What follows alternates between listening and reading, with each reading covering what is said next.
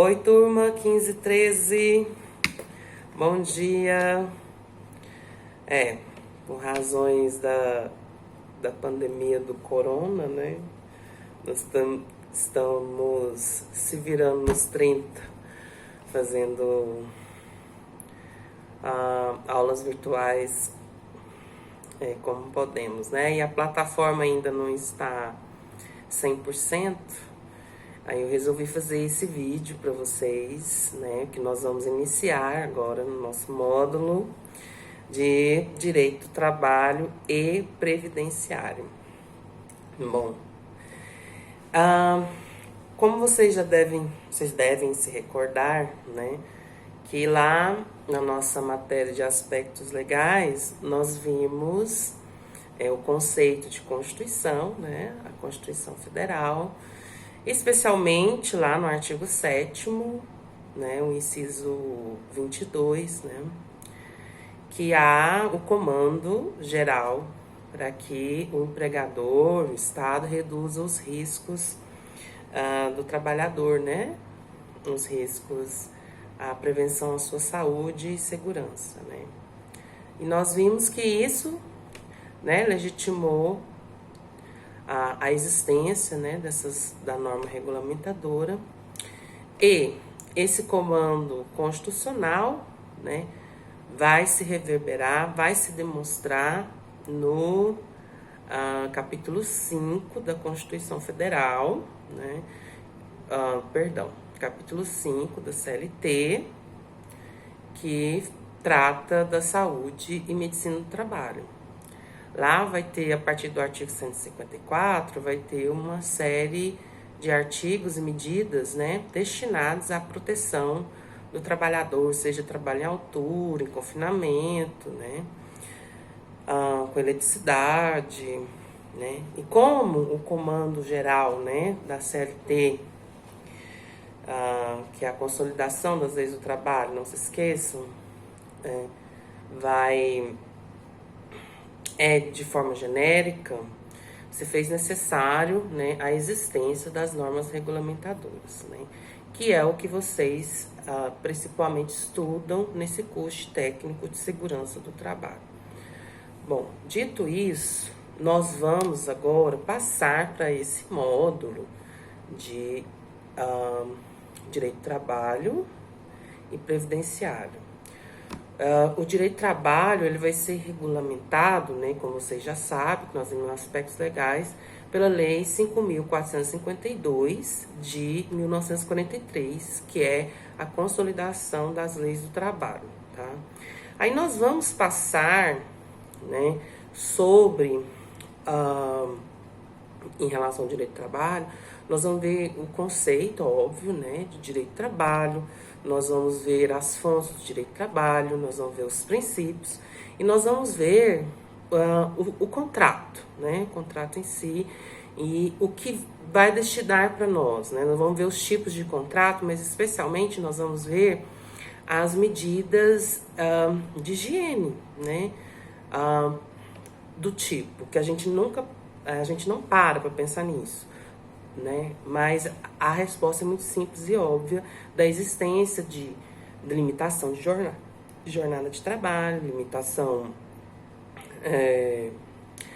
tem intervalos, né? Jornada de trabalho, intervalos, férias, né? Nós vamos ver o descanso semanal remunerado. Isso tudo é para evitar, né, a estafa do trabalhador e prevenir, inclusive, sua saúde física e mental, né, para que ele possa ter mais produtividade.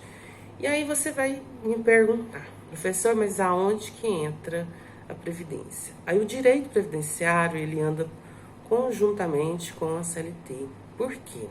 Porque nós vamos ver no direito previdenciário também, né, que nós vamos tratar, não vamos ver concomitante, assim, nós vamos ver, a princípio, direito do trabalho, né, o contrato de trabalho, esses assuntos que eu mencionei para vocês, e depois nós vamos ver o direito previdenciário. Por quê? O direito previdenciário ele vai ser regulamentado basicamente por duas leis.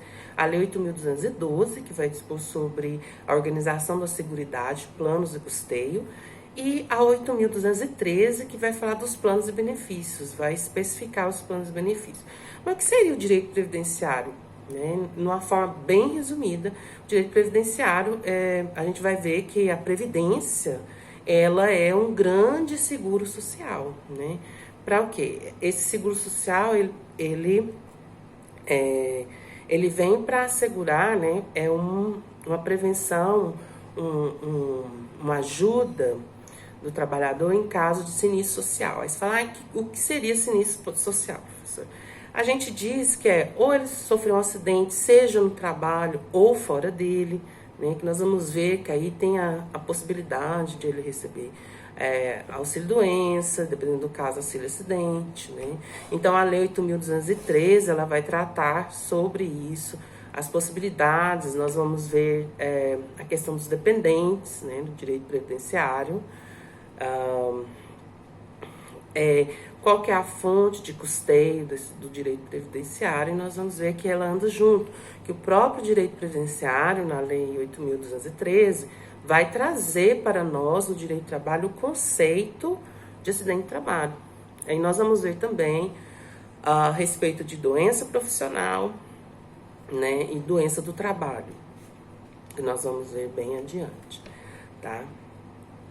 E eu vou passar para vocês, né, um material via a plataforma. Se não for pela plataforma, eu mando pelo grupo do WhatsApp, um material para estudo e também umas questões, né? Caso seja necessário, nós vamos ver, colocar umas questões. Nós vamos ver, gente, né, iniciando assim, né, lá nos primórdios, né, que a gente sabe que a história humana, né, a sua evolução é uma história em relação ao trabalho, né? Nós partimos de um dado momento que era só escravidão, né, servidão, até os dias atuais, né, que é um trabalho, que a gente tem um trabalho remunerado. Então, nós vamos ver que o direito do trabalho, essas normas fizeram necessárias, inclusive em relação à saúde e higiene do trabalho, a partir da Revolução Industrial, a partir da Revolução Industrial, que ela vai, começa assim, a haver a intervenção das máquinas, né, substituição de trabalho manual, trabalho humano, por máquinas. Só que, por outro lado, os trabalhadores passaram a trabalhar muito mais, né? Utilizava-se de mão de obra de crianças e mulheres, com muitas horas de trabalho, né? Essas histórias vocês já devem ter visto nos módulos anteriores, né? E aí o governo, a partir de Getúlio Vargas, né? Getúlio Vargas veio instituir a CLT, porque até então existia várias leis esparsas tratando. Quando eu falo leis esparsas, elas não ficavam dentro de um código. Então, assim que hoje mesmo, o direito previdenciário, ele não fica dentro de um código, ele tem, basicamente, que eu disse para vocês, a Lei 8.212, 8.213. Assim também era o direito do trabalho, mas a partir de Getúlio Vargas é que ele reuniu, né, essas diversas leis em um consolidado, tá? Reuniu mas ainda existem, né, leis esparsas a respeito do FGTS, né, nós temos do descanso semanal, né, e nós vamos ver, então, a partir daí, né, a gente percebe o quê? Que o direito do trabalho nada mais é do que um conjunto de princípios e regras que irão reger a relação de trabalho, a prestação de serviço, né? Nós vamos ver também, que eu vou passar o material para vocês, que a gente tem as fontes do direito do trabalho, que a gente tem a fonte material e as fontes materiais, e fontes formais. A material é um momento pré-jurídico, ou seja, é aquele momento da exigência. A gente pode dar um exemplo, as greves. E as formais, a gente tem um período eminentemente jurídico, né? Onde, ou seja, essa reivindicação se transformou em uma norma, como é a própria CLT. Nós vamos ver também que, vocês vão ver no material também, que que isso é muito importante, que em relação ao trabalhador, como ele é a parte hipossuficiente, né, eu falo a parte mais fraca da relação jurídica, nós vamos ver que entre as normas não vai existir uma hierarquia, né?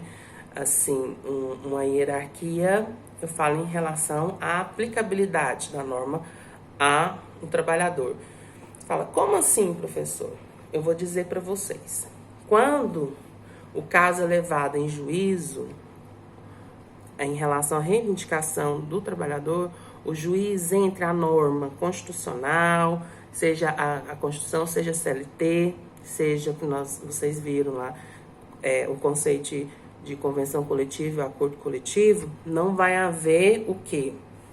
Uma hierarquia entre eles. Vai aplicar o juiz o que for melhor para o trabalhador. E isso vai se figurar como um princípio, que vai chamar-se princípio da proteção. Tudo porque o trabalhador é a parte hipossuficiente. Então, partindo já dessa concepção, que entre a aplicação da norma, no caso concreto, não vai haver uma hierarquia rígida em relação ao trabalhador, os princípios do direito do trabalho basicamente vão se nortear nesse sentido, tá? Tanto é que você vai ver que o Estado vai impor, né, o princípio esse da proteção, que você vai aplicar a norma mais benéfica para o trabalhador, você vai ter o princípio da irrenunciabilidade de direitos, né, que o trabalhador, o Estado vai impor que ao trabalhador não lhe cabe renunciar, né, ao direito, ele não pode renunciar aos direitos, exceto, né, que não será o caso de renunciar, exceto na presença do juiz, né, na presença do juiz vai haver uma composição, que a gente fala um acordo, e aí sim o juiz pode permitir, mas entre as partes, empregado e empregador, não vai ter validade uma renúncia do trabalhador a certos direitos, ainda que esteja por escrito, porque esse princípio, ele veda necessariamente esse tipo de acordo, né? Nós vamos ver que há também o princípio da relação, o princípio da continuidade da relação de emprego, ou seja, presume-se que a pessoa foi contratada para fazer parte permanentemente daquela empresa, né? Então, esse é um princípio que aí ele vai ser mitigado, no caso, falo, diferenciado, quando nas exceções, quando é contrato por prazo determinado, né? Que nós vamos ver também os contratos por prazo determinado, que é o contrato temporário, o contrato de experiência, tá? Nós vamos ter também que não o princípio da inalterabilidade contratual, né, lesiva, ou seja, o empregador ele não vai poder modificar, ele não vai poder modificar o contrato do trabalho de forma que prejudique o trabalhador. Não pode, tá? Ou seja, se há uma previsão de um benefício quando ele foi contratado e depois de certo tempo ele quer retirar esse benefício, ele não vai poder realizar esse trabalho, tá? E nós vamos ter também o princípio da intangibilidade salarial, ou seja, o empregador também não vai poder diminuir o salário do trabalhador. Ele não vai poder diminuir o salário dele. A não ser que também há exceções a esse princípio, né? A não ser que seja por um caso de necessidade, um caso de calamidade, né? Ou seja, como nós estamos vivendo agora, para evitar desemprego em massa, pode haver uma composição através de convenção coletiva ou acordo coletivo em que reduza o salário do trabalhador e, consequentemente, sua jornada, a fim de preservar o emprego, né? Mas, posteriormente, tem que voltar à normalidade, senão é permanente, tá? Então, pessoal, por enquanto, eu queria passar essas noções gerais para vocês. Eu sei que o vídeo ficou bem curtinho, mas eu espero que vocês tenham gostado, eu espero que tenha sido um pouco, pelo menos tenha esclarecido um pouco, porque eu tô fazendo esse vídeo para auxiliar no material que vai ser enviado a vocês, tá? E o material e as questões. Então vai ser para auxiliar vocês. Eu queria muito estar aí presente com vocês, que eu me divirto com vocês, vocês se divertem comigo. Mas enfim, em breve isso vai passar e nós vamos nos ver pessoalmente. E eu espero que seja muito em breve. Por enquanto é isso que eu queria dizer. Um beijo e até a próxima.